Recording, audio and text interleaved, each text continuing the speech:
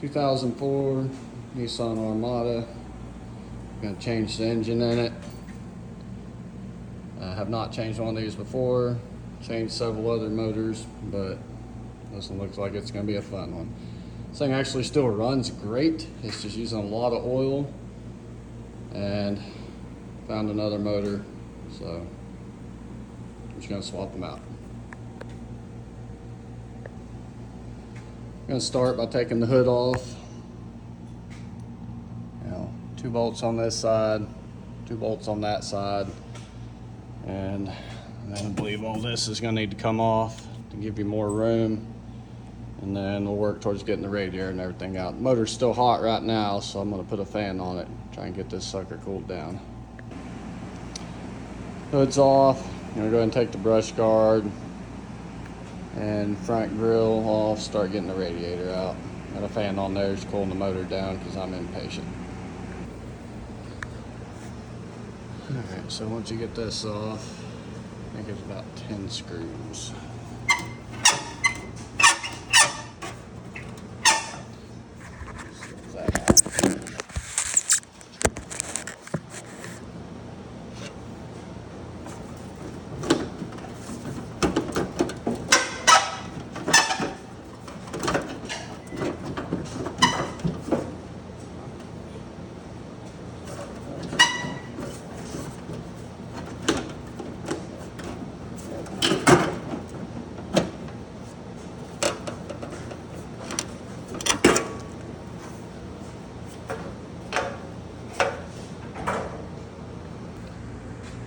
Alright, so usually to relieve your fuel pressure before unhooking the fuel line, you say unhook the fuel pump, start up, run it.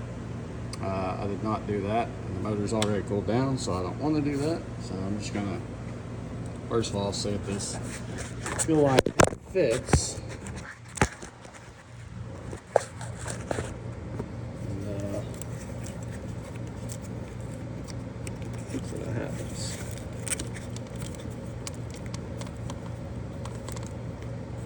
Does not, so that's going to make everything exciting.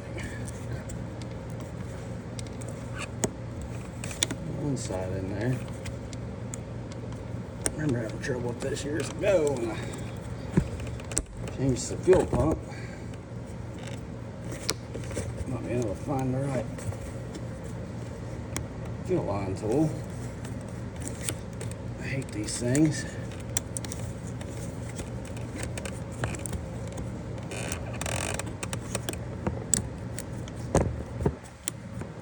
Yeah. So drain all your coolant out of your radiator and unhook your transmission lines if you're pulling the radiator out. Right up here, a drain plug for your radiator, drain that one first.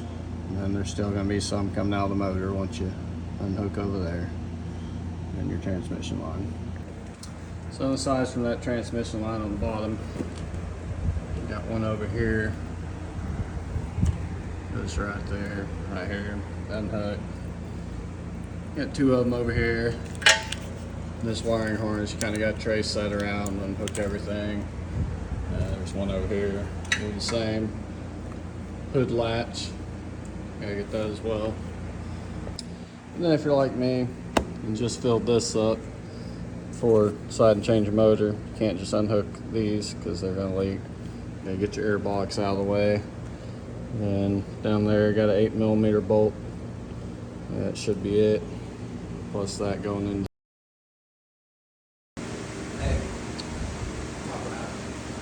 Okay, so did quite a bit that I didn't get on video just because it sucks trying to video and take stuff off.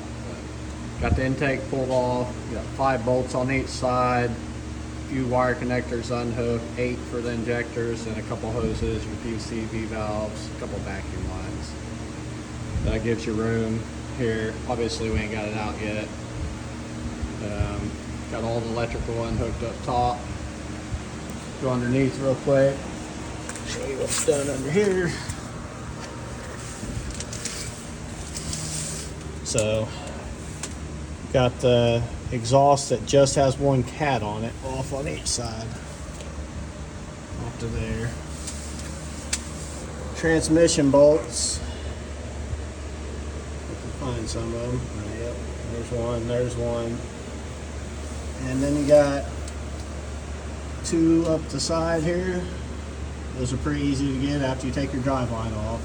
Drop the front axle too. Didn't get video of that, but completely dropped it. And it's actually pretty easy. You got six bolts on each CV axle, and then 3 big bolts holding it on. And then don't forget your vent tube.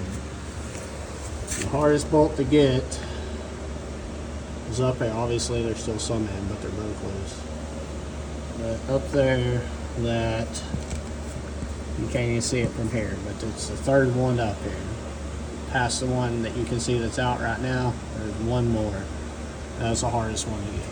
Then there's 2 on top you can get from behind the intake. Cross member, 2 bolts there, 2 bolts there. And at this point, the transmission is ready to separate after we unscrew those bolts that are loose. And then we're going to go ahead and take these manifolds off. Give us a little bit more wiggle room. So again, not good at getting videos of during, but this is after the motor's out. Gives you a little bit of a view of what's around the motor. Kind of the transmission dipstick going down back there was a bit of a pain to get out. And the motor mount did get caught on this, so take the motor mounts all the way off on both sides. Okay, a little bit more video. Not taking stuff as I'm getting it put in very well, obviously.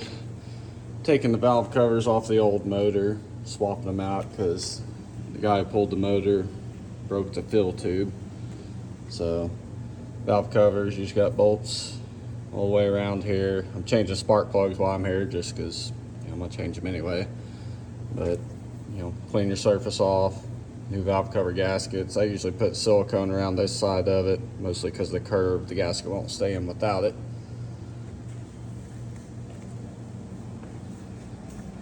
But also, you can see there, ended up ordering some headers off eBay that fit. I ordered some years ago and they did not fit, but these are some long tube versus the shorties, and they're fitting so far. So, yep, try and get a little more video later. Okay, got the valve cover gaskets changed. Pretty simple, not that hard, especially with the intake out of the way and all the wiring already being gone. Hopefully this motor's good, because the guy I got it from, he broke this off, but I think he had it sitting out in the weather because there was a little bit of rust on the camshaft in there, so we'll see. Anyway, I think I can get this on camera. So this is the starter location. Nissan Titan, Nissan Armada, I think Toyota V8s are the same. It's underneath the intake.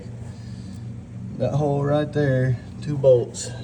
Now, so, see what we can do here.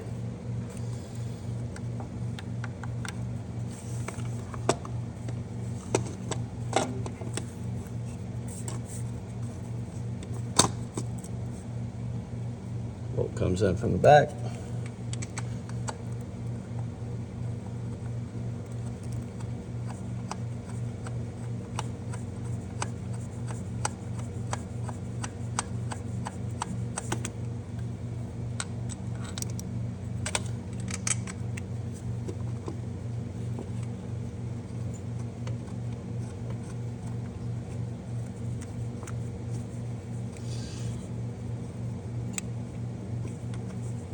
So yeah, get them 2 bolts on, tighten them up, and hook up your wire connector.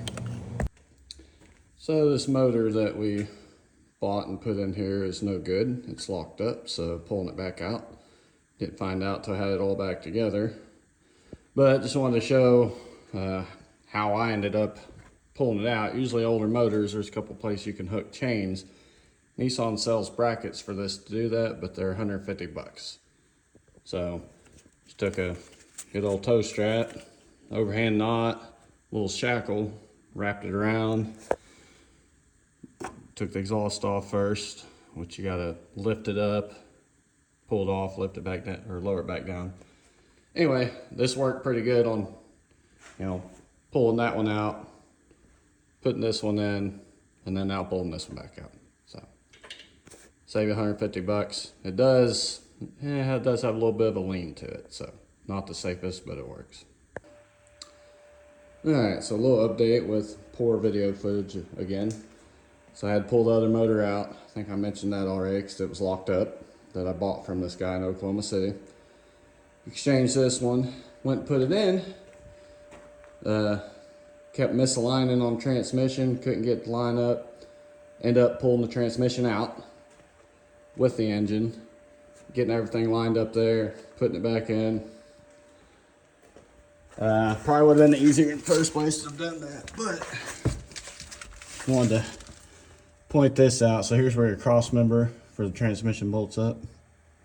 Them 2 bolts on each side. 3 studs there with 3 nuts. That's it. Once we took those out, with the weight of the transmission, that thing did not budge. We had to beat and pry on this sucker, and this thing has like no rust on it. So I don't know what the deal was. So if you ever get there, good luck. I just cleaned it up with some PB Blaster a little bit, and I'm gonna take a wire wheel to the cross member. I mean, it ain't that bad.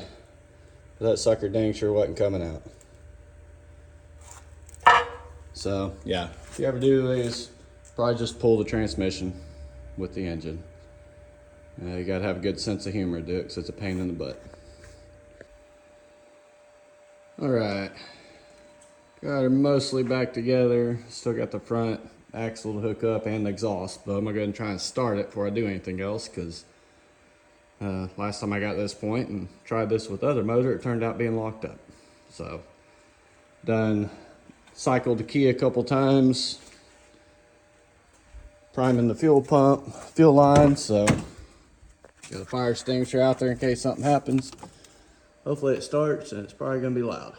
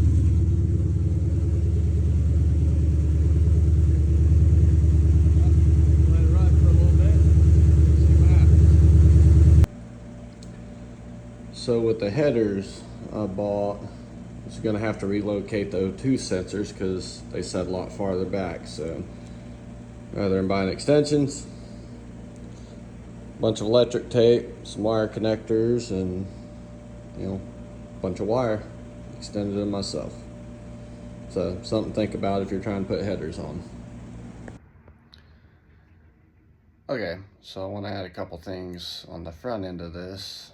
I've already got the engine swap done, but there's a lot of things I didn't get on the video. So a couple things I can think of is, so your torque converter bolts, when you go to separate the engine transmission, there's a little black bracket. It's just got a single 10mm bolt, 4 torque converter bolts, 14mm. You just got to turn it around till you find them. 90 degrees per turn will get you to each one.